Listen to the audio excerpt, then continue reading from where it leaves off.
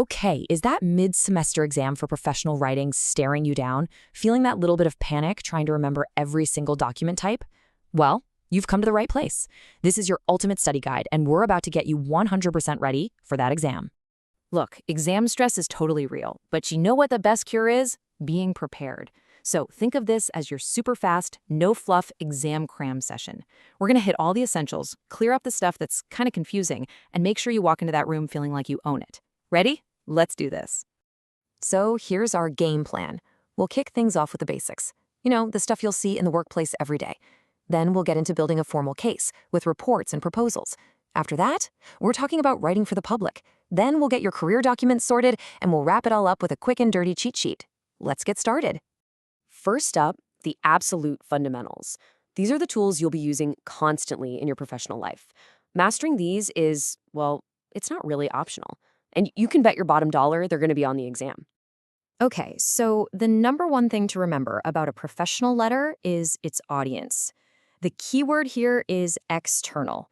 Think of it as your company's formal handshake on paper.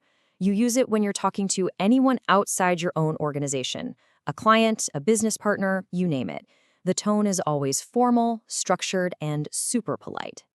Now let's flip that coin over and talk about the memo.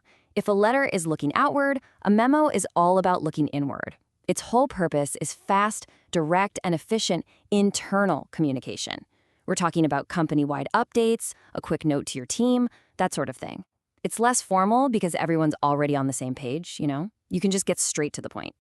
Exam alert, seriously, this is a classic. If you only remember one thing from this whole section, make it this. Memo is internal, letter is external. A memo is for your coworkers, a letter is for a client. One's a quick heads up, the other is a formal statement. They are not the same thing. Got it? Good. And then we've got the email, right? The absolute workhorse of the modern office.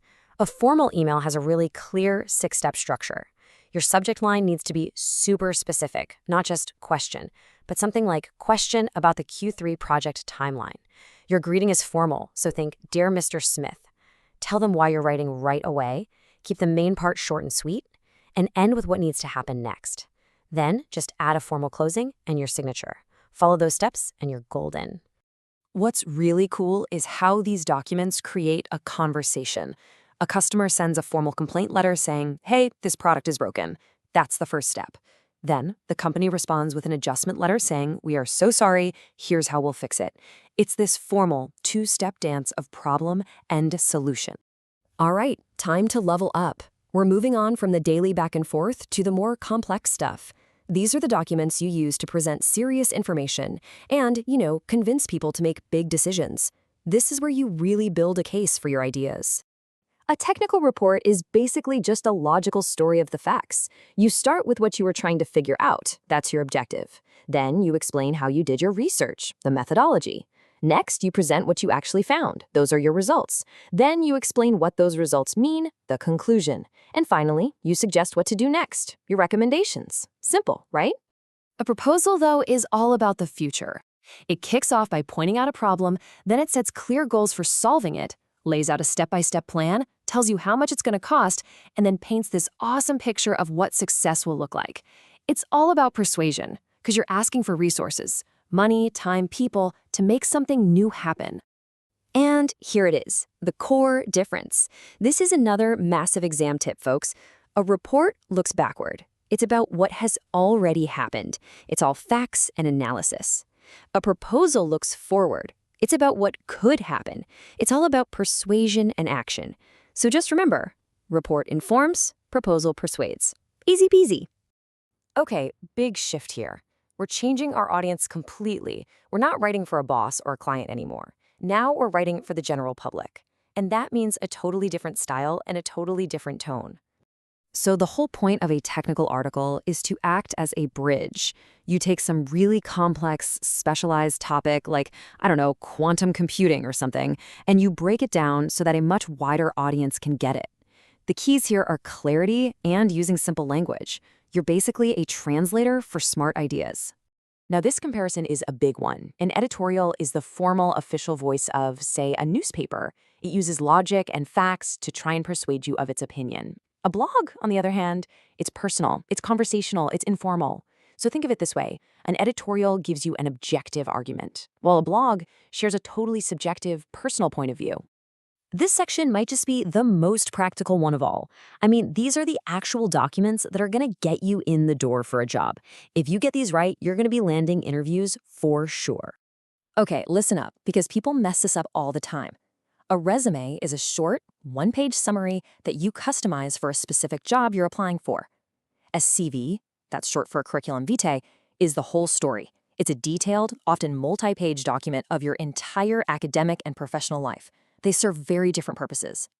So when you're building that super detailed CV, the structure is everything. These are the sections you just have to have. You'll start with a clear career objective, then your education, then a list of your technical skills. And then you give them the proof. You talk about your projects, your internships, you list your big achievements, and then you wrap it all up with your personal details. Each part builds on the last to tell your whole story. The cover letter, this is your personal introduction. It's not just a boring summary of your resume. Its job is to connect the dots for the hiring manager. It's where you say, here's exactly why my skills, which you can see on my resume, make me the perfect person for this specific job. And a quick one, but it's super important. The minutes of a meeting. Just think of this as the official memory of what happened. It's not a word-for-word transcript. Instead, it's a short official record of what was talked about, what decisions were made, and, this is the most important part, the action points. Who is doing what and by when. It's all about accountability. Phew, we have covered a ton of ground. Now it's time for the final sprint. Let's lock in all the most important stuff with a super fast recap. This is the slide you should be looking at right before you walk into that exam room.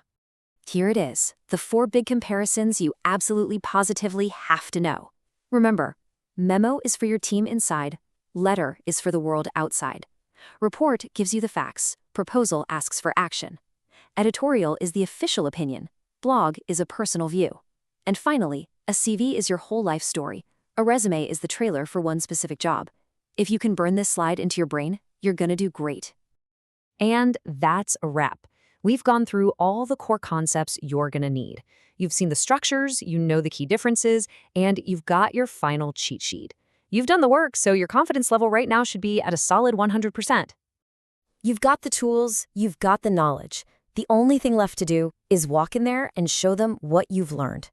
Good luck, and go ace that exam.